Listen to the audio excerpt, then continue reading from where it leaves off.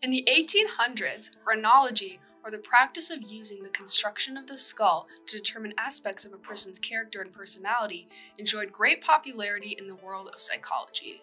Phrenologists believed that measuring the areas and contours of the skull could reveal innate talents, character traits, and psychological dispositions of individuals.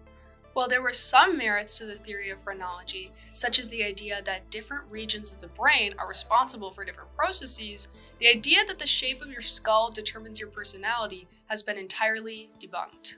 Even so, the fundamental ideas of phrenology exist today, notably among far-right militias like the Oath Keepers and the Proud Boys, facial recognition technology, and incels. Identified as an incel, a young man who considers himself unable to attract women. Tomorrow is the day of retribution. The day in which I will have my revenge against humanity. Called Incel, which stands for involuntary celibate. Comprised mostly of men, incels resent women for not showing romantic interest in them. Women nowadays are like that because the reason being is because they've been spoiled for so many years. On Facebook, police say he wrote the Incel Rebellion has already begun.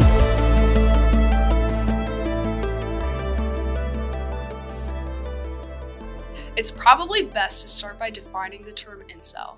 Originally coined by a queer female student in the late 90s, the term rose to prominence in the 2010s on platforms like 4chan and Reddit. Incel stands for involuntary celibate, and incels tend to be men who feel that their appearance or other uncontrollable factors prevent them from attracting women. Men involved in the incel community typically express extreme resentment and hostility towards sexually active women and men, and just women in general. Okay, so we have a bunch of disillusioned young men who hate women, themselves, and basically everyone else. But how did we get here? What happened in the 2000s that spurred so much envy and hatred among these men? Well, let's backtrack. Besides 9/11, the Great Recession, and Michelle Obama banning McDonald's from the hot lunch line, much of the incel craze can be traced back to pickup artistry, a movement of men who seek to persuade or manipulate women into sleeping with them. Girl will probably be in front of you at a time when you don't expect it. The cock blocker we gotta watch out for is ourselves. Today, pickup artistry is most commonly associated with internet personalities like Donovan Sharp. Every guy can simply be sexier, just like that, in 2 seconds. Richard Cooper. Women want to be with guys that women have already selected. Yeah. And, you know, they also want guys that men admire. And Andrew Tate. It is what it is. Doesn't mean I don't love my woman at home. Doesn't mean I'm not going to come back to her. But I'm just true to my instinct as a man. I don't think I should apologize for it. But these men weren't the first to provide young men with techniques for picking up women. In 2005, Neil Strauss, a former investigative reporter, published The Game, Penetrating the Secret Society of Pickup Artists. The book detailed Strauss's encounters with pickup artists and his journey towards becoming one himself. Throughout the book, Strauss describes a list of stages a pickup artist must complete to secure a one-night stand, from selecting a target to creating an emotional connection to extracting to a seduction location, whatever that means. Strauss's book achieved nearly overnight success as lonely young men flocked to his advice. However, many of these young men would have limited success, leading them down the path to inceldom. In an article published in New York Magazine in 2009, one former self-proclaimed incel explains his transition from wannabe pickup artist to nihilistic incel. Truth for Lie was 27, depressed, and living in a student apartment after a year in a psychiatric hospital on suicide watch, when a friend showed him Neil Strauss's pickup artist guidebook, The Game. Together, they practiced lines from the book, planning to use them on girls in nightclubs. In real life, pickup artistry made Truth for Lie anxious. Still, he tried the techniques for a few years, with middling success.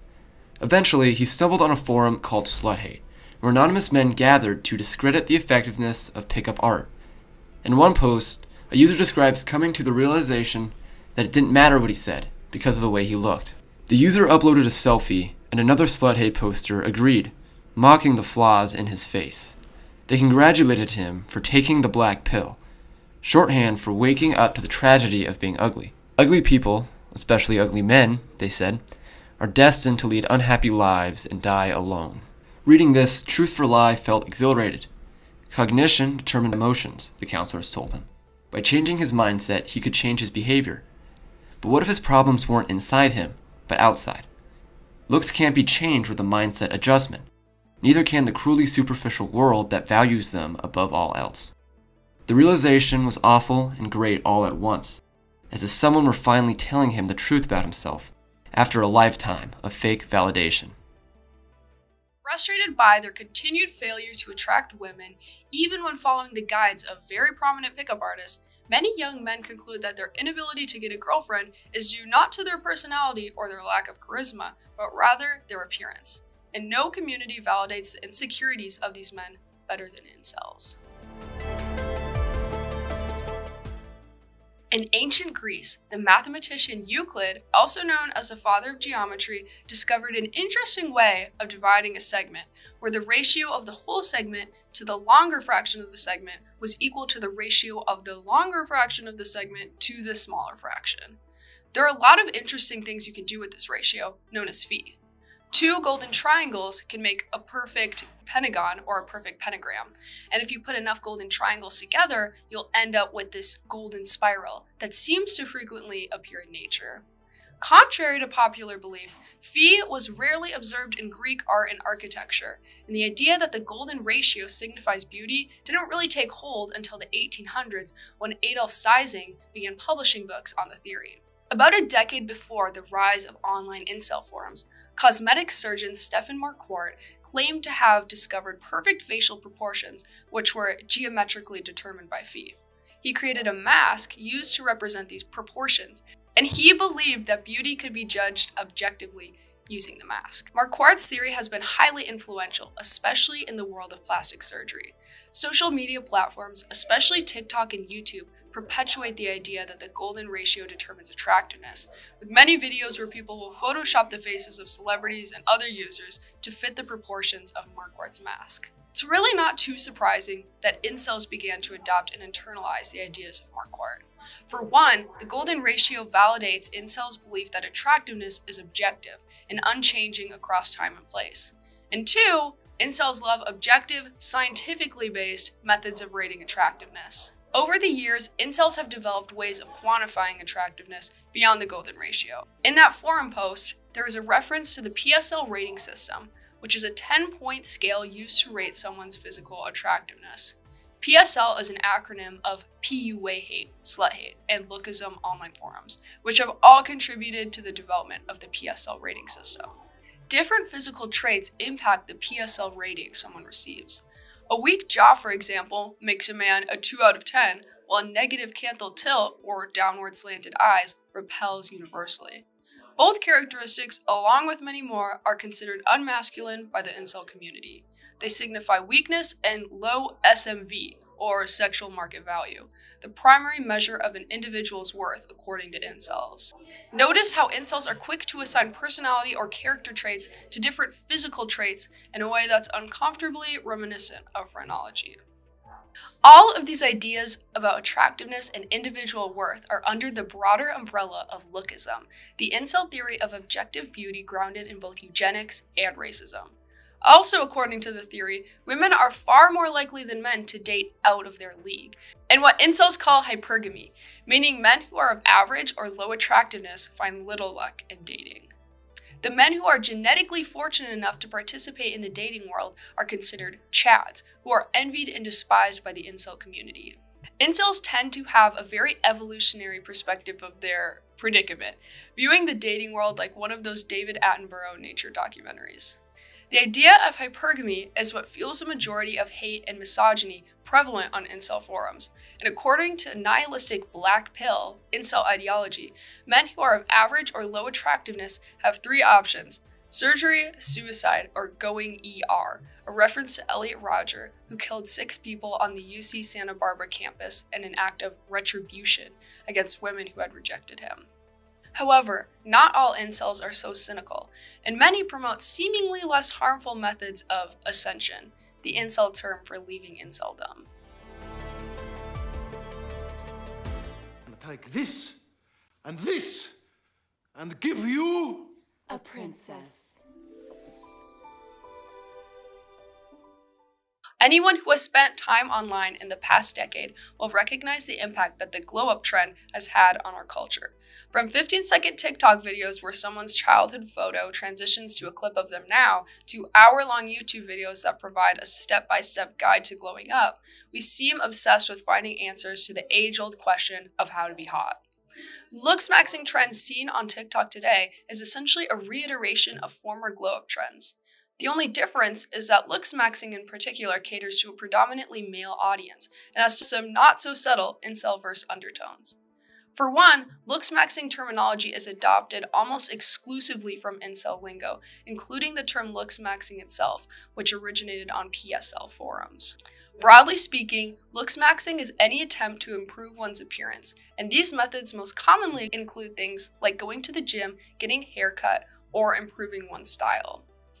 Looksmaxxing can essentially be broken down into two categories, softmaxing and hardmaxing.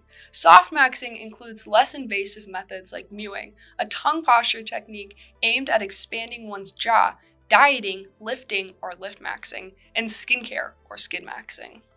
On the other hand, hardmaxing methods tend to be far more invasive and risky. These methods include plastic surgery, steroids, and bone smashing. We'll talk more about that later. All of these methods have the primary goal of turning you into the alpha high-T giga-chad of your dreams, equipped with hunter eyes, glass skin, and a jawline that can cut through stone. Follow these techniques and you will mog, the Looksmaxxer term for dominating with your attractiveness, everyone in the room. That sounds great, right? So how do you get started? First things first, we have to take care of the jawline.